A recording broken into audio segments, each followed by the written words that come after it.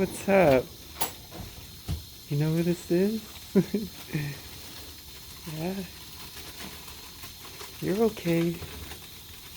You're okay. Zion Wilson Quan has finally arrived. Hello, world!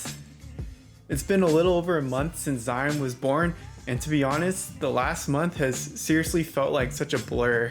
In the last video that I uploaded before Zion was born, I shared some of my thoughts before becoming a dad about things that I was excited about. But what I didn't talk about were things that I was actually nervous of, not so excited about, and even scared of. To be honest, there were actually a lot of times where I was really unsure and doubtful about fatherhood. So in this video, I wanted to share about my fears, anxieties, and expectations going into fatherhood versus the actual reality of becoming a dad and the moment that I faced my biggest fears and doubts. Honestly, I wasn't sure if I wanted to make this video, but I noticed that this area is something that guys generally don't talk a whole lot about. We should call Lucius. No! I can handle it! There's no way I'm gonna... Ah!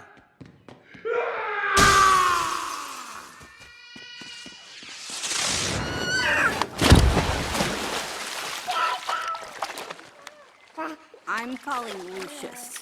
And the reason I bring this up is because the journey of fatherhood is actually a lot different than the journey of motherhood. The physical and emotional experience and challenges that moms face are a lot more talked about and seem like more common knowledge, which makes sense because they're the ones that actually have to do all the heavy lifting.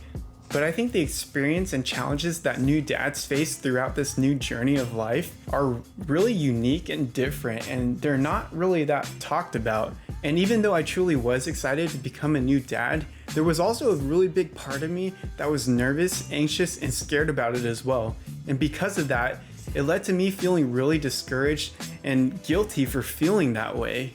Maybe it's just me and I'm messed up, but I definitely didn't feel like I had nearly the same emotional connection to Zion that my wife did when he was still in the womb. Of course, it became more of a reality to me when I was able to hear his heartbeat and see him through the ultrasound and feel him move around and kick while he was in the womb. But honestly, even with all of that, there was still an emotional disconnect there for me, and it still didn't totally feel 100% real. And this really freaked me out because I really started to doubt myself. There was definitely a lot of internal struggle inside of me when I started asking myself really difficult questions about my life, like, am I gonna be able to love him and be willing to sacrifice everything for him? Am I willing to sacrifice my time, energy, and well-being that could be spent pursuing other passions and personal goals in my life? And am I even willing to sacrifice the current state of my marriage and being able to go on spontaneous adventures and enjoy and travel the world without worrying about kids quite just yet? Throughout my wife's pregnancy, I was on this mental and emotional roller coaster because I was having a really hard time processing these questions, doubts, and emotions. I probably got asked like 100 times, dude, you're about to become a dad. How do you feel, man? And I would always only answer positively, like, I'm so pumped, I'm so excited, I can't wait. And even though those things were true, that really wasn't all that I was feeling, and I couldn't help but feel the weight of my doubts and fears. I didn't really have much expectations coming into being a dad, but the biggest fear I did have going in was, how can I expect to love my son if I'm already struggling with these questions, doubts, and fears before he's even born? Well, fast forward to the moment that Zion was born. After a 22-hour labor, I literally watched my wife push Zion into the world. I was so pumped that I kept telling my wife, you did it, you did it. And it was at this moment when my entire world changed, because a couple seconds later, my wife turned to me and said, he's not crying, he's not crying. And I was really scared because right before this, when my wife was pushing, our labor and delivery nurse told us that they were gonna bring the NICU team to our room because there was a possibility that Zion actually inhaled a mixture of fluids deep into his lungs.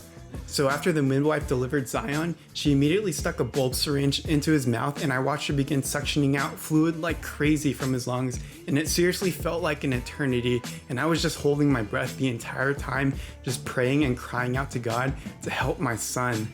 And it literally wasn't until 59 seconds later that Zion started to cough and cry, and that's when the midwife handed him off to the NICU team.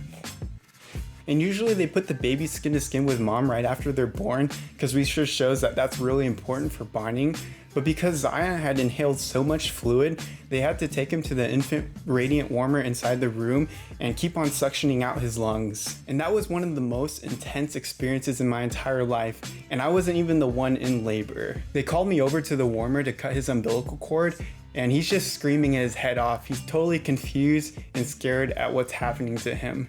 And in that moment when he's just crying and screaming, I decided just to start talking to him. And that's when the craziest thing happened. He just stopped crying. It's okay, it's okay, it's okay. It's okay. Yeah, it's okay. Look at those cheeks of yours. Look at those cheeks. Look at those cheeks. Your mama's gonna love those cheeks. He's so cute. Yeah, she's gonna love those cheeks of yours.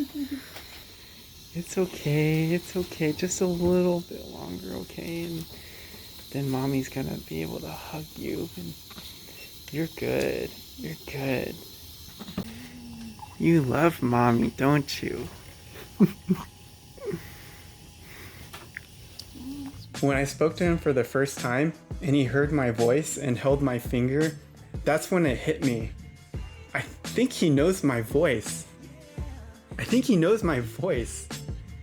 Every time I prayed for him or sang to him or read the Bible to him or said goodnight to him, he must have been listening to me. And that was the moment when I felt my heart completely open up and I was like, this is my son. I have a son. And that was a moment that I'll never forget for the rest of my life. The moment when reality finally hit me and I faced those fears and realized that I was going to spend the rest of my life loving this little guy. So after Zion was born, he was actually the happiest, most content and chill baby ever during the first 24 hours. And I was the happiest, proudest, and most excited dad ever too. But it was after that first 24 hours when things started getting bumpy. And I'm actually going to make a separate video to talk about the challenges and personal struggles that I face when learning how to be a new dad to Zion after he was born. So make sure you like the video and subscribe to my channel so you don't miss out on any future videos with me or Zion. And if you're curious about the meaning of his name, I'm going to leave a link down in the description below to a post that my wife made explaining the meaning of his name. But that's all for this video, so we'll see you next time. Bye, say goodbye. See you guys. Someone needs to go for their nap.